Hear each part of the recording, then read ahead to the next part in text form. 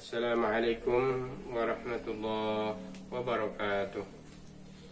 Alhamdulillahirabbil alamin. Allahumma shalli ala sayyidina Muhammad wa ala ali Muhammad. Alhamdulillah kita dapat melanjutkan kajian kita membahas kitab Syarah Irsyadul Ibadah. Sebelum kita melanjutkan kajian kita, ada beberapa pertanyaan yang masuk. Yang pertama menanyakan bagaimana hukum daripada i'tikaf ketika i'tikaf itu tidak dilakukan di masjid.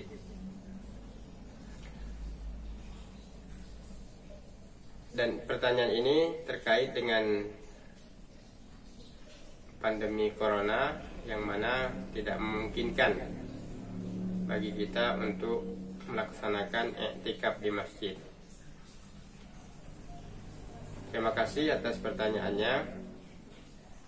Sebagaimana yang kita sampaikan pada video sebelumnya, bahwasanya syurutul i'tikaf, sebahagian daripada syarat i'tikaf itu adalah al-qiyam fil masjid, berdiam di dalam masjid.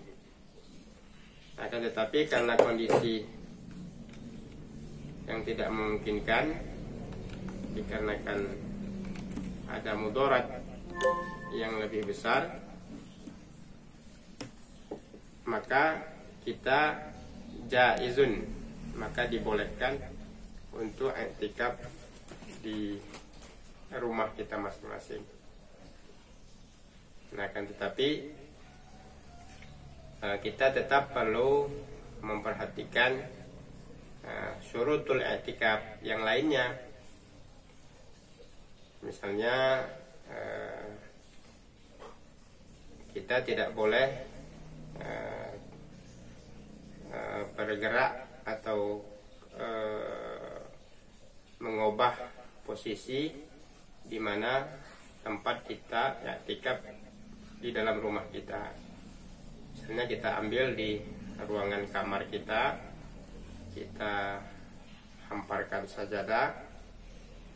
Jadi yang pertama tetap berniat nawaitul i'tikaf, saya niat i'tikaf. Nah, tetapi syarat yang lainnya tetap harus kita perhatikan. Jadi ketika kita sudah berniat i'tikaf, maka kita dalam posisi tetap di atas sajadah kita. Apakah kita melakukan qiyamul lail,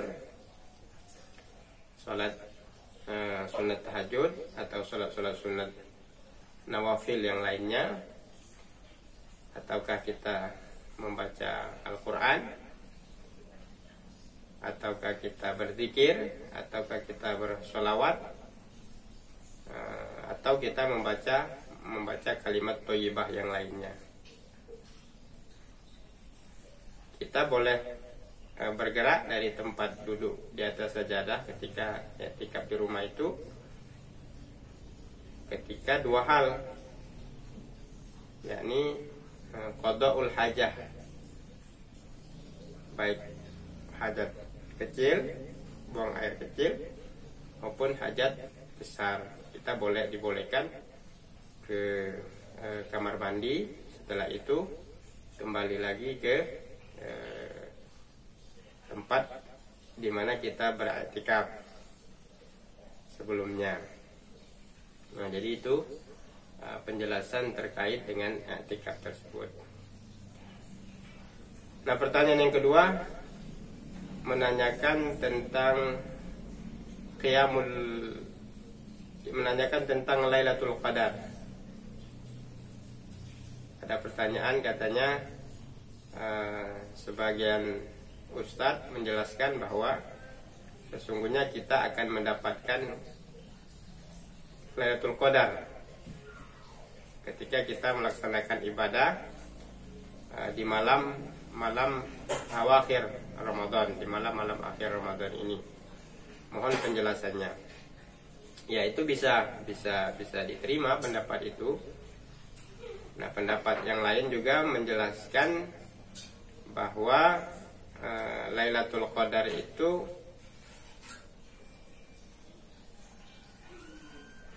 kalau kita ibaratkan dengan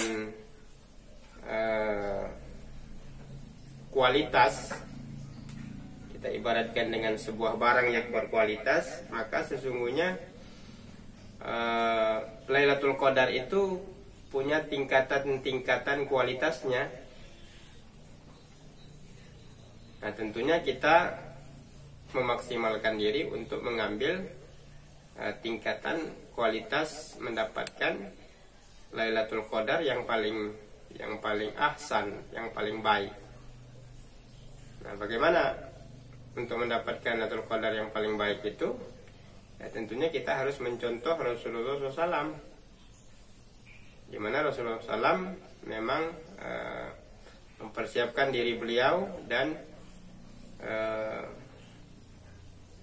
meninggalkan tidur beliau, jadi berjaga ya, sambil sholat nawafil, sholat sunnah, qiraatul Quran, membaca Al-Quran, tazkir, tahmid, tasbih, tahlil ya, senantiasa diucapkan ketika kita beribadah di malam Lailatul Qadar tersebut. Nah, jadi tentunya kita memilih untuk yang paling maksimal dalam beribadah ini. Dalam hadis dikatakan ketika Lailatul Qadar itu Rasulullah ihya'ul lailah kullu. Jadi Rasulullah SAW ihya, menghidupkan al-lailah, malam, kullu, sepanjang malam itu ya, hatta matla'il fajar, sampai terbit fajar. Nah, jadi mudah-mudahan dari penjelasan ini bisa kita pahami. Nah, yang selanjutnya ada pertanyaan yang masuk, doa apa yang dianjurkan oleh Rasulullah SAW ketika kita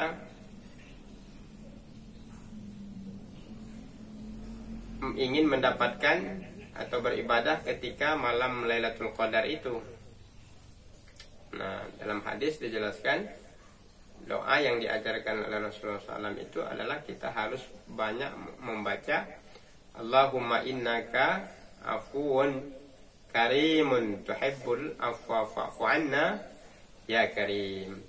Allahumma ya Allah, innaka, sungguhnya hanya Engkau, afuwun, yang dapat memaafkan kesalahan-kesalahan yang telah kami lakukan selama ini. Tuhibbul afwa, maka sungguhnya Engkau lah yang paling baik dalam memberikan pengampunan, dalam memberikan maaf pada hamba-hambanya. Fa'fu anni, kalau sendirian fa'fu anni, ya Allah maka ampuni aku. Kalau banyak fa'fu anna ya karim, wahai Allah yang paling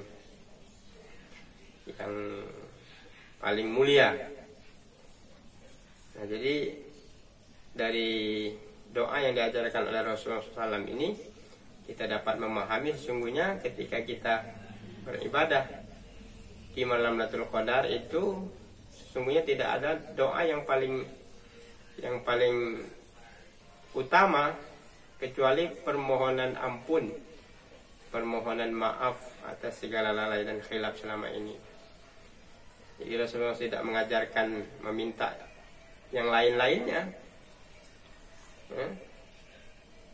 Ini menunjukkan bahwasanya akhirat itu lebih utama daripada dunia. Wa innal akhirata khairun laka minal ula. Sesungguhnya kehidupan akhirat itu akan lebih baik daripada kehidupan dunia ini. Bisa saja seandainya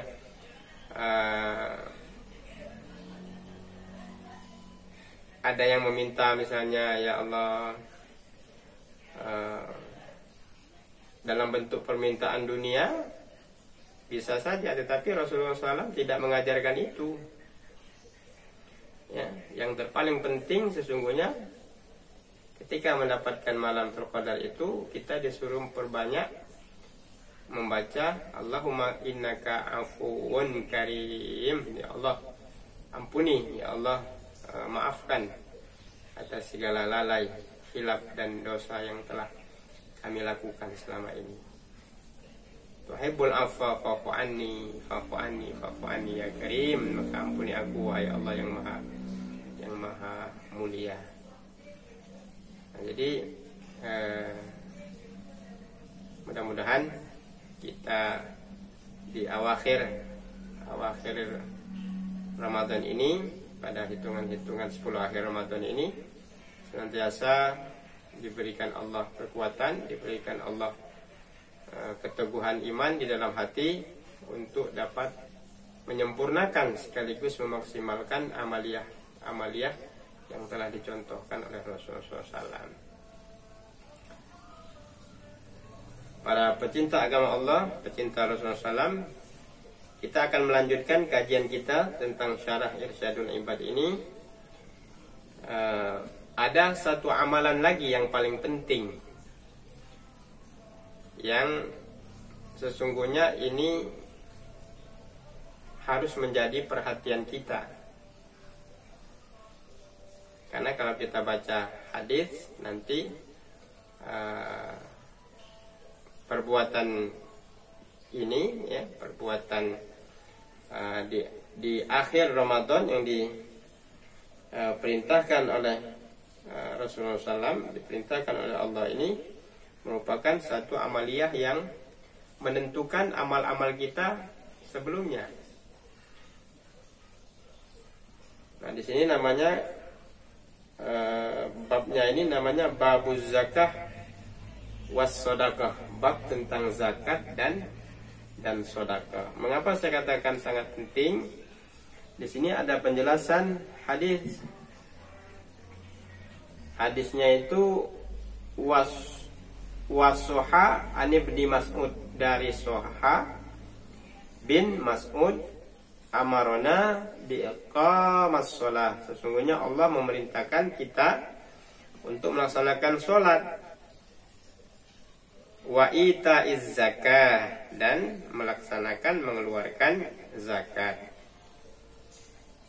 wa man lam, dan barang siapa yang tidak, wa man lam ya zakka, barang siapa yang tidak mengeluarkan zakat, fala sholata lahu, maka sesungguhnya sholatnya tidak diterima oleh Allah Subhanahu wa ta'ala. Nah, ini penting. Jadi ibadat kita yang sudah kita lakukan 10 awal, 10 pertengahan, itu kalau kita tidak memperhatikan amaliyah yang satu ini, zakat dan sedekah ini, maka sesungguhnya amal-amal kita itu dianggap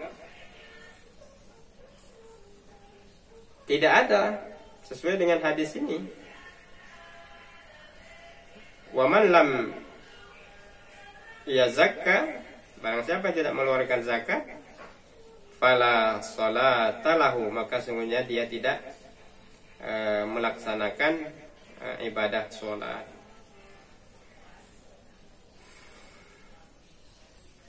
Dalam hadis yang lain dijelaskan di sini,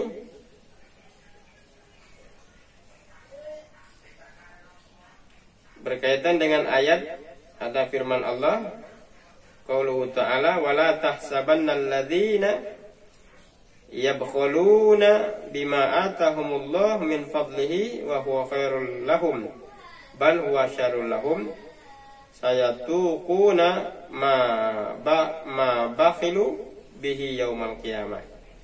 Nah, sungguhnya orang-orang yang bakhil akan mendapatkan siksa daripada Allah Subhanahu wa ta'ala. Dalam hikayat yang panjang di sini dijelaskan bagaimana Allah menampakkan azab kepada orang-orang yang bakhil, yang hatinya tidak tergerak untuk mengeluarkan sebagian harta yang Allah titipkan kepadanya. Di sini dijelaskan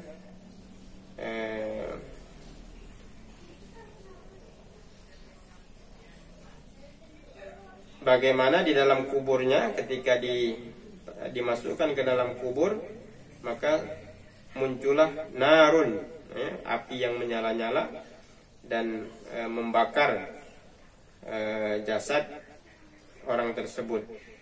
Nah, salah satunya disebabkan ini, yabkhulu nabi ma atahumullah, mereka bakhil, mereka bakhil, tidak mau mengeluarkan atahumullah, harta yang diberikan Allah kepadanya. Dalam hadis yang lain, qala Rasulullah SAW at-Tabrani an Anas, dari Tabrani dari Anas, qala Rasulullah SAW, bersabda Rasulullah SAW, tasaddaqu, maka bersodakalah, keluarkanlah sedekah, infak, fa inna sedekah fakakakum minan nar, sesungguhnya sedekah kamu itu sebagai penahan, sebagai benteng dari api nerakanya Allah Subhanahu wa ta'ala. Wa syaikhan an Adi bin Hatim, dari syaikhan dari Adi bin Hatim, ittaqullah, maka bertakwalah kepada Allah, walau bisyaqqa tamrah, walaupun hanya dengan sebiji kurma. Fa in lam tajidu, dan jika tidak mampu untuk bersedekah dengan sebiji kurma, fa bi kalimatin thayyibah, maka sesungguhnya kalimat thayyibah, tasbih, takbir, tahmid, tahlil yang kita sampaikan itu sesungguhnya sedekah. Kan tapi hadis ini jangan kita salah pemahaman. Ini sesungguhnya Rasulullah memberikan kabar gembira kepada orang-orang yang tidak mampu untuk bersedekah dengan hartanya, maka sesungguhnya kalimat thayyibah yang dia ucapkan itu adalah sebagai sedekah. Karena perintah dalam Al-Quran memang kita diperintahkan untuk bersedekah, berjihad di jalan Allah itu dengan harta dan diri kita. Wajahadu, maka berjihadlah di jalan Allah, menegakkan agama Allah, membantu agama Allah, di amwalikum, dengan harta kalian, wa anfusikum, dan dengan diri kalian.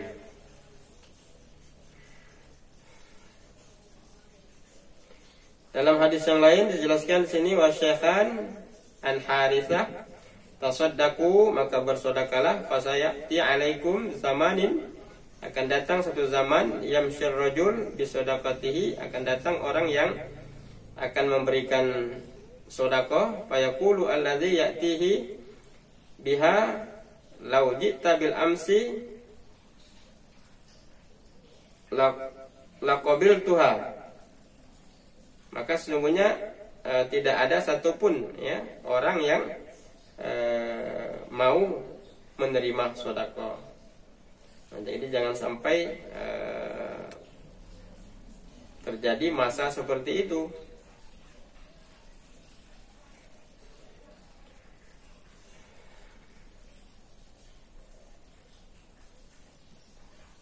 Nah, dalam hadis yang lain juga dijelaskan terkait dengan sedekah ini, misalnya akhraja al-Bukhari, yang mengeluarkan hadis ini adalah Imam Bukhari, wal Baihaqi, dan Baihaqi, as-sakha syajarah min asjaril jannah, sungguhnya orang-orang yang as-sakha itu yang dermawan, as-sakha syajarah merupakan pohon min asjaril jannah, dari pohon yang ada di dalam surga.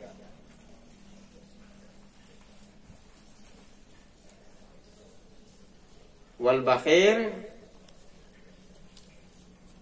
wal bakhlu, dan orang-orang yang bakhil, syajarah, pohon juga, tapi min asjarin nar, sungguhnya merupakan pohon dari api neraka.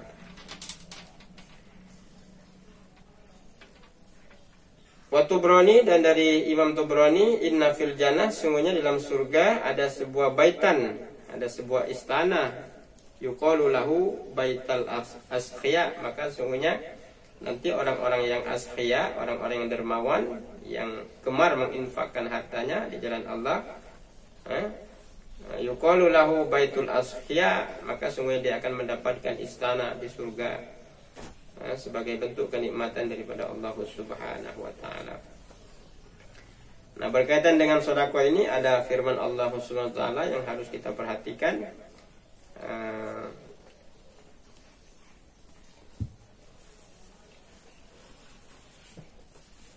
Wa anfiqu, qala Allah taala, berfirman Allah taala, wa anfiqu, maka sedekahkanlah, bersedekahlah, mimma razaqnakum, yang harta yang kami titipkan kepadamu, min qabli ayya tiya ahadukumul maut, sebelum datang ajal kepadamu.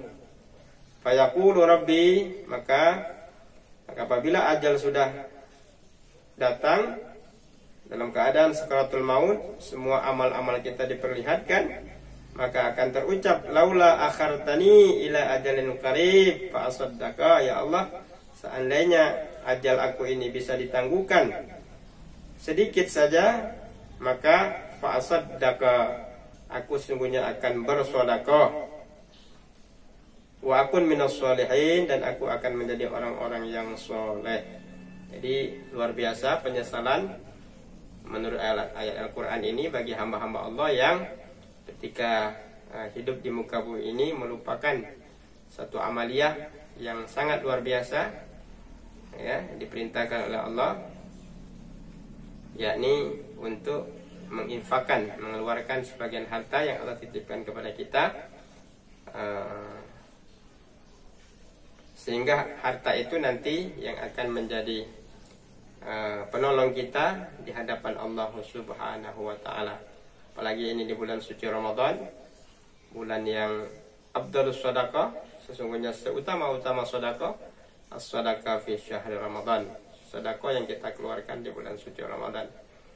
As-shadaqah tadfi'u ghadabar rabb, sesungguhnya sedekah yang kita keluarkan merupakan salah satu syarat Allah Subhanahu wa taala untuk tidak menurunkan murkanya di muka bumi ini.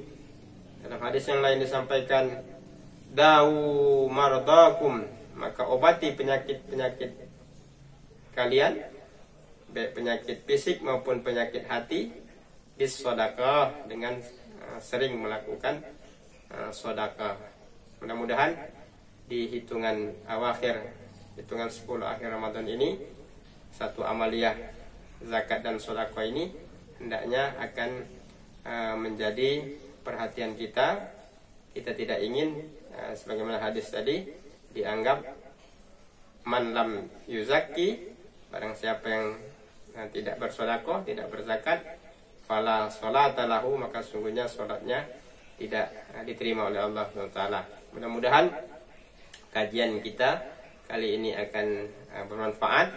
Sekali lagi kami ucapkan terima kasih dan kami mendoakan kepada para donatur, para agnia yang telah menyumbangkan sebagian hartanya untuk pembangunan asrama santriwati Pondok Pesantren Darul Qulun. Mudah-mudahan Allah memberikan rahmatnya, barokahnya kepada kita. Billahi nasta'in. Wassalamualaikum warahmatullahi wabarakatuh. فانفجرت منه 12